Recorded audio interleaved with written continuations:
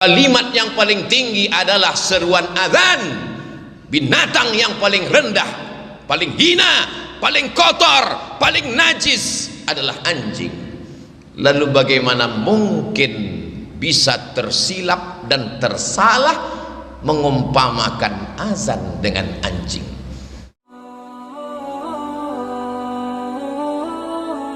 Tonton, subscribe, like, and share.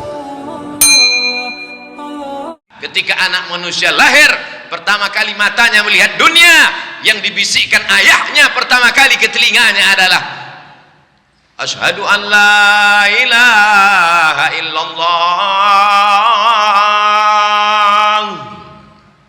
Dan di saat ayah akan mati, meregang nyawa, tatapan yang terakhir dia lihat adalah tatapan anak lelakinya yang dulu menatapnya pertama kali lahir ke dunia. Suara yang ingin dia dengarkan adalah suara anak lelakinya yang dulu dia azankan saat lahir ke dunia. Maka kalimat yang dia bisikkan ke telinga ayahnya adalah la ilaha illallah. Itulah mengapa kita rindu pada kalimat itu. Kemanapun kita pergi, ke Amerika, ke Eropa, ke Australia, kita akan melihat jam dan akan bertanya, mengapa azan belum berkumandang? Mana kalimat-kalimat itu? Sampai masanya nanti kau akan terbujur kaku di ruang ICU. Di saat itu anak menantu sibuk dengan dunianya, kau sendirian di dalam tempat yang sepi di tengah keramaian. Dunia masih hiruk pikuk. Tapi saat itu sayup-sayup suara azan berkumandang dari menara masjid, mencuri-curi masuk ke tepi jendela yang tertutup rapat. Tapi karena mikrofonnya masih keras, dia masih masuk ke ruang ICU.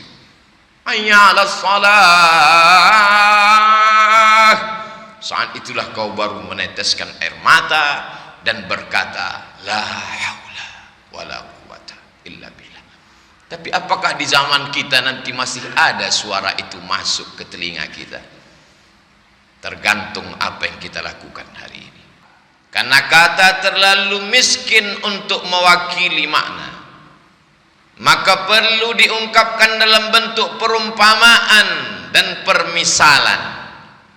Seorang laki-laki yang dikecewakan oleh seorang perempuan, budi baik, berbagai macam hadiah, emas, intan, permata yang diberikan tak lagi bermakna, maka kata-kata tak dapat mewakili perasaannya. Dia akan mengungkapkan dengan perumpamaan, cintamu bagaikan air yang jatuh ke daun keladi, jatuh tertumpah namun tak berbekas. Begitulah perumpamaan, begitulah contoh. Sehingga dengan perumpamaan yang singkat mengandung makna yang padat, berbekas di dalam hati. Maka Allah Subhanahu wa ta'ala dalam Al-Quran banyak sekali mengungkapkan permisalan, contoh perumpamaan. Ketika Allah bercerita tentang rumah, inna awhanal buyuti la baitul ankabut, rumah yang sangat lemah, rumah yang sangat rapuh dan mudah tumbang adalah rumah sarang laba-laba. Membuatnya sulit, rumit, jelimet, susah dan payah. Tapi menghancurkannya, bahkan hanya satu hembusan nafas pun sarang laba-laba akan hancur. Maka jangan sampai kita membangun amal-amal kita ini seperti bangunan sarang laba-laba, membuatnya lama dengan segala kesulitan dan kesusahan serta kerumitan, tapi hanya satu pukulan tangan, bahkan hembusan nafas, dia hilang, tak bersisa sama sekali. Bagaimana dengan iman? Terlalu panjang kalimat bercerita tentang iman, maka Allah berikan perumpamaan. Kasyajaratin thayyibatin, pokok kayu yang kokoh dan kuat, akarnya tunggal menghunjam ke tanah, wa far'uha fis sama, pucuknya sampai ke langit. Begitulah perumpamaan iman. Sekali la ilaha illallah, maka sampai mati tetap la ilaha illallah. Saat senang la ilaha illallah, saat susah pun tetap la ilaha illallah. Seperti pokok kayu, angin puting beliung datang dia tidak akan tumbang, kalaupun patah maka akarnya tidak akan tercabut. Begitulah Allah Subhanahu wa ta'ala membuat perumpamaan dalam Al-Quran tentang orang yang bersedekah. Kalau dia bertanya, wahai tuan guru, wahai kiai, wahai ustadz, wahai alim, wahai ulama, wahai para habaib, kalau aku berinfak, berwakaf, bersedekah, apakah pahalanya banyak? Banyak. Bagaimana banyaknya? Maka perlu perumpamaan. Bagaimana Allah memberikan perumpamaan orang yang bersedekah? Masalul ladzina yunfiquna amwalahum fi sabilillah. Perumpamaan orang yang bersedekah, menginfakkan hartanya di jalan Allah. Kamatsali habbah, satu biji, ambatat sab'a sanabil, tumbuh 7 bulir, 7 cabang. Wa fi kulli sumbulatin mi'atu habbah, dalam satu bulir ada 100. Satu jadi 7, dalam satu bulir ada 100, menjadi 700. Terbayang dalam pikiran benak kita, oh ternyata begitu kelipatan yang luar biasa. Apakah hanya sampai 7 sampai 700 saja? Tidak. Wallahu yudha'ifu liman yasha.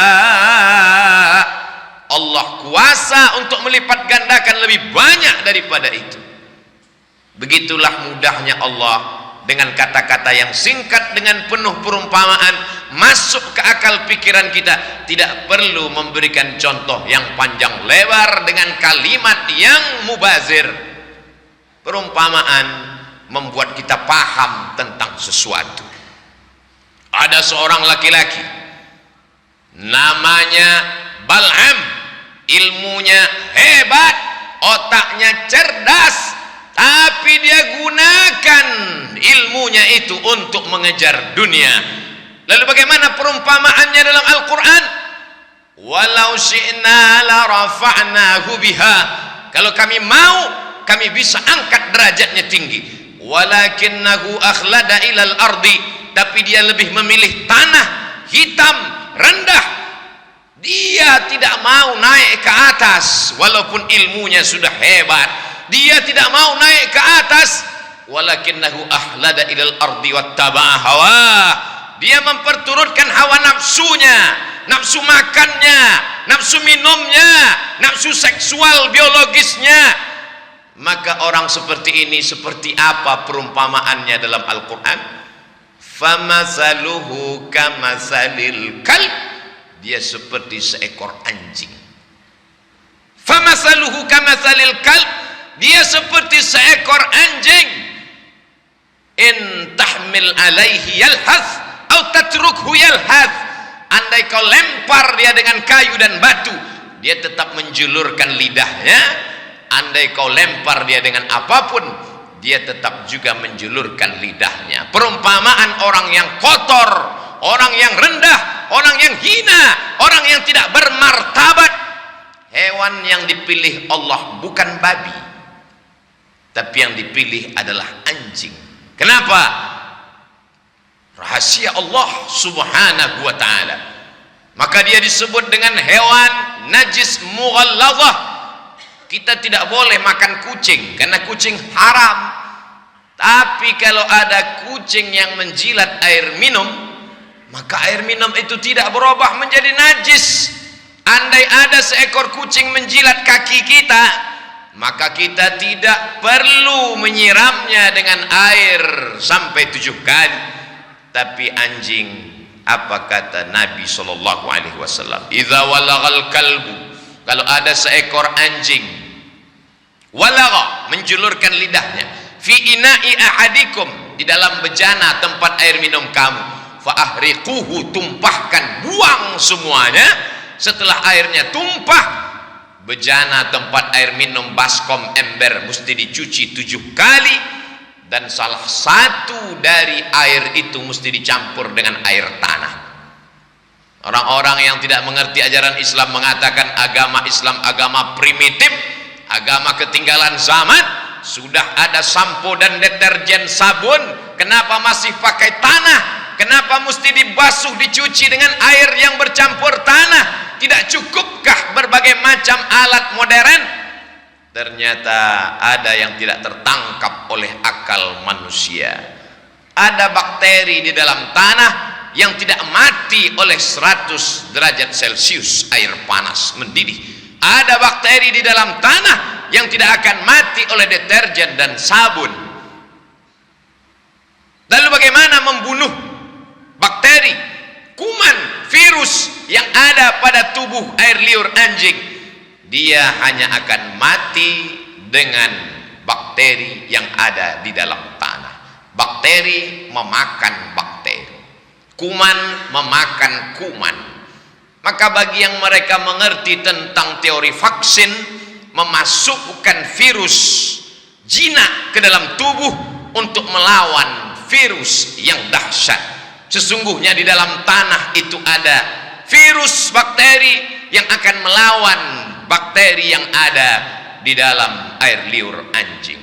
Itu hanya dapat dipahami oleh manusia yang takut kepada Allah Subhanahu wa ta'ala.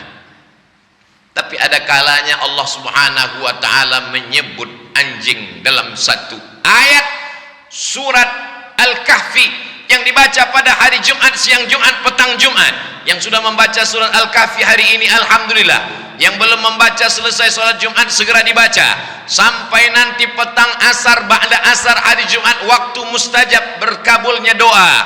Jangan sampai tenggelam matahari Jumat kita belum membaca surat Al-Kahfi. Dalam surat Al-Kahfi ayat 22 berulang kali Allah menyebut makhluk ini. Mereka mengatakan 3, padahal ada yang keempat anjingnya. Mereka mengatakan 4, padahal ada yang kelima. 5, ada yang keenam. Mereka mengatakan 7, yang ke-8 adalah anjingnya. Mengapa makhluk yang hina, yang rendah ini disebutkan Allah berkali-kali dalam satu ayat, dalam satu surat? Bukankah dia makhluk yang najis berat? Bukan dia makhluk hina dalam ayat lain? Allah ingin menunjukkan walaupun seekor anjing, tapi kalau dia mengawal Ashabul Kahfi, anak-anak muda yang memperjuangkan agama Allah, diangkat Allah derajatnya. Begitulah Allah Subhanahu wa ta'ala memberikan permisalan, contoh dan perumpamaan. Pemilihan itu bukan akal manusia, bukan kata-kata Nabi Muhammad sallallahu alaihi wasallam. Wa ma yantiqu 'anil hawa, dia tidak mengikuti hawa nafsunya. In huwa illa wahyun yuha, melainkan wahyu dari Allah Subhanahu wa ta'ala. Dimanapun umat Islam sampai, maka yang pertama kalimat keluar dari mulutnya adalah Allahu Akbar, Allahu Akbar. Begitu seorang sahabat Nabi, panglima besar perang, jenderal bintang 5 bernama Amr bin As sampai ke Mesir, maka dia membangun masjid Amr bin As. Setelah masjid dibangun, kalimat pertama yang berkumandang di Afrika Utara, negeri tertua penuh dengan peradaban, tempat Fir'aun berkuasa, hari itu kalimat yang berkumandang menggelegar di atas bumi Afrika, Allahu Akbar. Setelah nama Allah, maka nama Nabi yang paling mulia. Tidak ada alam semesta kalau tidak ada dia, tidak ada surga, tidak ada aras kalau bukan karena dia. Maka kalimat yang paling tinggi setelah Allah, asyhadu anna Muhammadan Rasulullah. Tidak ada yang lebih hebat daripada itu. Kalimat yang paling tinggi adalah seruan azan. Binatang yang paling rendah, paling hina, paling kotor, paling najis adalah anjing. Lalu bagaimana mungkin bisa tersilap dan tersalah mengumpamakan azan dengan anjing? Maka sesuatu yang tidak mungkin masuk di akal manusia. Itulah mengapa sebelum melangkah kaki kita katakan bismillahi tawakkaltu 'alallah la haula wala quwata illa billah. Dari bumi Lancang Kuning aku akan pergi ke bumi Pasundan. Aku akan menemui saudara-saudaraku sebangsa setanah air. kulangkahkan kakiku atas namamu ya Allah, yang akan kusampaikan adalah kalammu ya Allah, yang akan kuceritakan adalah sabda Rasulmu ya Allah. Jangan sampai aku salah ucap, salah kata. Kita selalu berdoa meminta bimbingan Allah. Sampai-sampai sebelum membaca Al-Quran pun tetap dikatakan, fa idza qara'tal Qur'an, kalau kau mau baca Quran, fasta'idz billah, minta lindung kepada Allah. Supaya apa? Jangan salah faham, jangan salah pikir, jangan salah omong. Karena tidak akan mungkin terjadi menurut akal logika manusia seruan yang tinggi, yang hebat, yang gagah perkasa ketika anak manusia lahir. Pertama kali matanya melihat dunia, yang dibisikkan ayahnya pertama kali ke telinganya adalah asyhadu an la ilaha illallah. Dan di saat ayah akan mati, meregang nyawa, tatapan yang terakhir dia lihat adalah tatapan anak lelakinya yang dulu menatapnya pertama kali lahir ke dunia. Suara yang ingin dia dengarkan adalah suara anak lelakinya yang dulu dia azankan saat lahir ke dunia. Maka kalimat yang dia bisikkan ke telinga ayahnya adalah la ilaha illallah. Itulah mengapa kita rindu pada kalimat itu. Kemanapun kita pergi, ke Amerika, ke Eropa, ke Australia, kita akan melihat jam dan akan bertanya, mengapa azan belum berkumandang? Mana kalimat-kalimat itu? Sampai masanya nanti kau akan terbujur kaku di ruang ICU. Di saat itu anak menantu sibuk dengan dunianya, kau sendirian di dalam tempat yang sepi di tengah keramaian. Dunia masih hiruk pikuk. Tapi saat itu sayup-sayup suara azan berkumandang dari menara masjid, mencuri-curi masuk ke tepi jendela yang tertutup rapat. Tapi karena mikrofonnya masih keras, dia masih masuk ke ruang ICU. Hayya 'alas shalah. Saat itulah kau baru meneteskan air mata dan berkata, la haula wala quwata illa billah. Tapi apakah di zaman kita nanti masih ada suara itu masuk ke telinga kita? Tergantung apa yang kita lakukan hari ini. Barakallahu li wa lakum fil Qur'anil 'azim wa nafa'ani wa iyyakum bima fihi minal ayati wadh-dhikril hakim wa taqabbala minni wa minkum tilawatahu innahu huwal ghafurur rahim.